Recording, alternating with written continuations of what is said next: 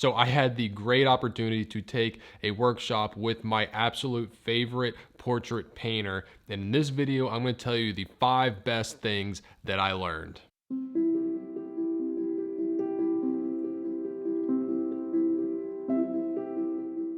All right, welcome to Paint Coach. My name is Chris Fornatero, and I'm here to help simplify oil painting so that you can get better faster. So Michael Shane Neal is a very well-known portrait painter. If you've watched a lot of my videos, you've probably heard me talk about him before. His book, which I have right here, was in the video where I talked about my top painting books, and it's actually my favorite portrait painting book. I find myself going back to it over and over, and the amount of information in there, from how to paint to career stuff, it's just endless and extremely valuable. And in fact, a lot of the images that you see in this video are gonna be taken from that book. And I will put a link in the description of this video to where you can get it as well. All right, so a very brief history on Michael Shane Neal, if you don't know.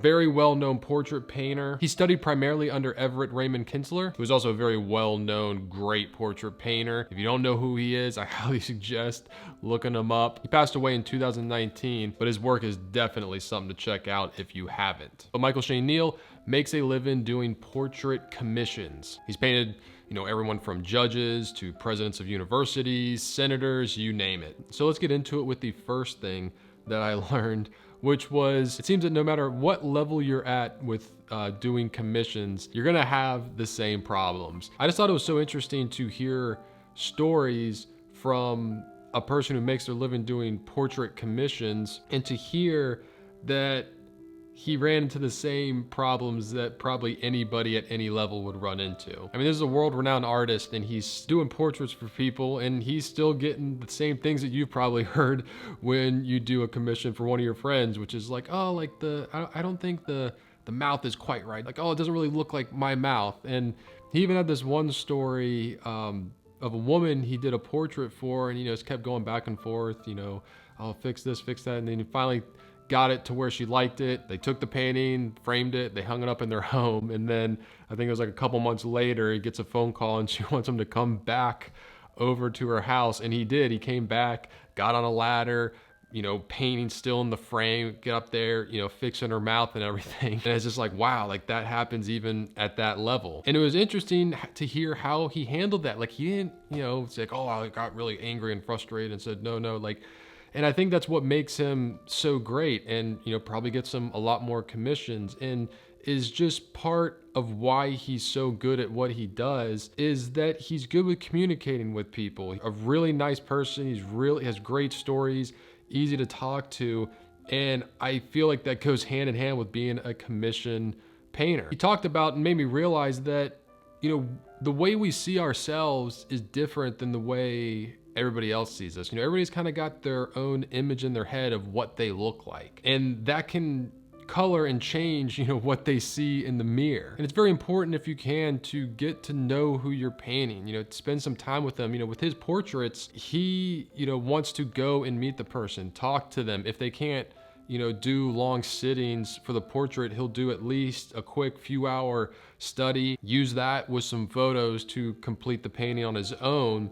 But it was really interesting to hear him talk about how important it was to get to know the person, pick up on their tendencies. Like that's going to dictate, what pose they're doing. Are their hands together? Do they talk like this all the time? Do they have glasses? Do they keep the glasses on or off? Do they, put them down at the end of their nose? Do they lean forward, or do they lean back when they talk? Just doing all of that, it's going to help you capture more than just an accurate portrait. It's going to actually help you capture the person, which is really interesting and kind of a light bulb for me of a level with portraits to aspire to. Another fun little story he had was he's been working on a portrait commission, I think he said like 10 or 15 years, which was crazy. And he's like, yeah, the client had already paid for the portrait, and he just, the people were busy and they couldn't schedule a time for them to come back and sit again or get some photos, I guess.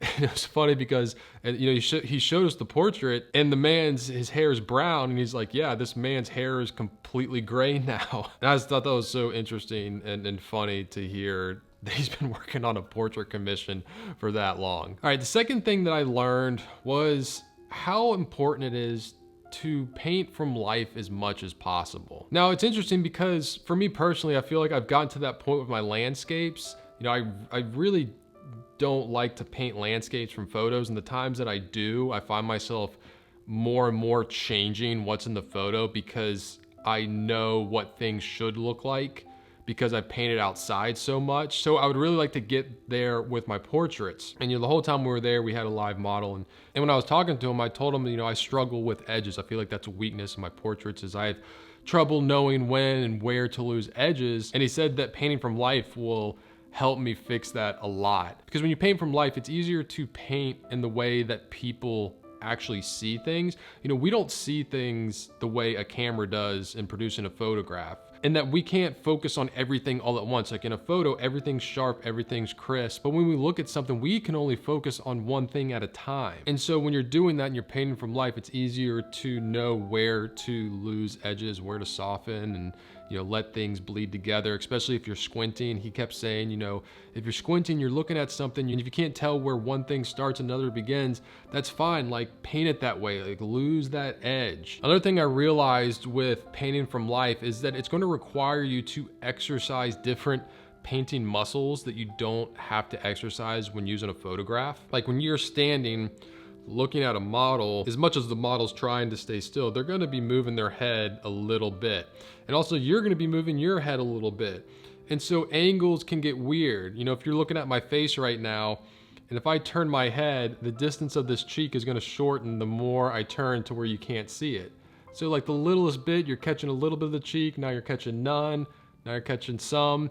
And with all that movement, you're gonna have to really rely on what you know and not always what you see, because what you see could be changing. So you have to really understand the structure of the face and what's going on. Since then, I've been doing a lot of self-portraits in the mirror because I don't have someone to sit for me every single day, and I want to be practicing every single day. So, you know, that's something you can do. Yeah, you run the risk of looking like the super vain artist doing self-portraits all the time, but hey, you're gonna get practice doing portraits from life. All right, the third thing I learned is that there's a whole lot more to painting a portrait than just trying to paint what you see. He talked a lot about the importance of trying to capture the essence of somebody and having the courage to change things or enhance things. Like for example, if you're painting somebody that has like really big ears or like a really big smile, you might exaggerate those things just a little bit, not enough to where it looks like a caricature or is noticeable, but it's almost like subconsciously it feels more right. A good story he had was when he had done a portrait commission. It was you know, full of a businessman, and he had a suit and everything, and you know, he had painted all the wrinkles in the arm of the sleeve of the suit, and he said he got really into it, and he's like, oh man, all these wrinkles, they look so great. I'm gonna paint them really good and really get these wrinkles in the form and make it look really great. And he showed it to Kinsler, and Kinsler was like, why'd you paint all the wrinkles in that sleeve? And Shane said, because I saw them, they were there. And Kinsler just went, and he was making the point that you have this portrait of a person, you want people looking at the face, but here he was just drawn to the sleeve of this suit. And it made me understand it's the job of the artist to direct the viewer's eye and to get them to focus on what you want them to focus on. Another great story he told, which I'm probably gonna butcher the details of the story, but the general point is still there, which is Kinsler had his portrait being, revealed or shown at a ceremony along with a whole bunch of other portraits. I forget exactly what it was for, but it was, his portrait along with like 10 other portraits. And at the time, the speaker, who wasn't an artist or a painter, didn't know, much about painting, was just kind of going through and talking about how great each painting was. He gets to one and he's like, oh wow, like look how detailed this is, and oh, you can even read their their name on their jacket, and oh, look at this, and it's like pointing out all these little details and stuff.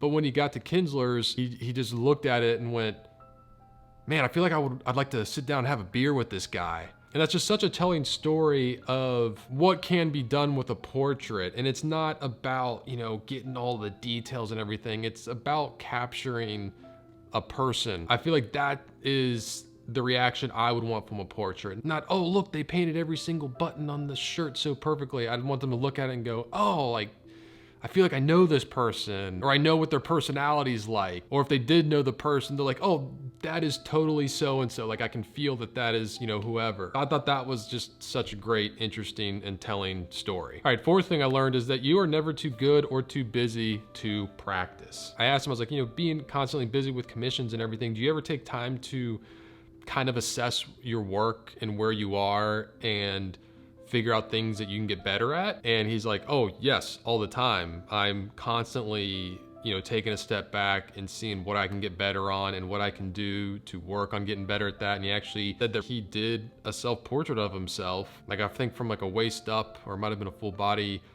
portrait. And he said, yeah, I spent a lot of time on that portrait. He wasn't getting paid. No one was paying him to do it. And he had commissions, but he deemed it valuable to take that time to explore where he was and what he could do to get better. He also talked about, you know, getting out and doing plein air landscape paintings and the importance of doing that. So it's good to hear, you know, even if you're getting commissioned to paint Supreme Court justices, you still have to take time to reflect on where you are, figure out what you think your weaknesses are, and practice and get better. All right, and the fifth thing I learned is that going to workshops is so valuable. You know, taking a workshop with a painter you really like, yeah, you get to meet them and ask them questions, and they get to critique your work, and that's good. That's gonna make you better. But I feel like the most valuable part is just being able to, you know, see their studio, hear their stories, hear their opinions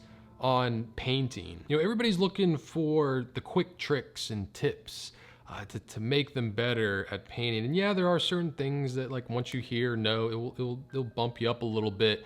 But I feel like the real improvement from the workshop comes from the knowledge that you take from it that you can then implement in your day-to-day practice. You know, those long spans of time of practice day in and day out is where you're gonna get better. And being able to talk to somebody who has already traveled that span of time and practice is very valuable, because it can help you navigate that path. It can tell you where to look for answers, where not to look for answers, where to spend your time, where not to spend your time. You know, it's good to think of painting as a language. And, you know, they say the best way to learn a language is to immerse yourself in that language. And that's not something someone can teach you. Like, that's what you as a student are gonna have to do yourself. You're gonna have to put yourself in that position to be immersed. You know, if you're learning a language, you're gonna have to tell yourself, all right, I'm not gonna speak in my first language. If I wanna learn this new one, I'm just going to be speaking in that language, or I'm going to live or work somewhere where they only speak this new language. That's how I felt during this workshop. Like, I was just completely immersed in painting. And I feel I came out of the workshop with an understanding of painting that I didn't have going in. So in the end, it's a great workshop.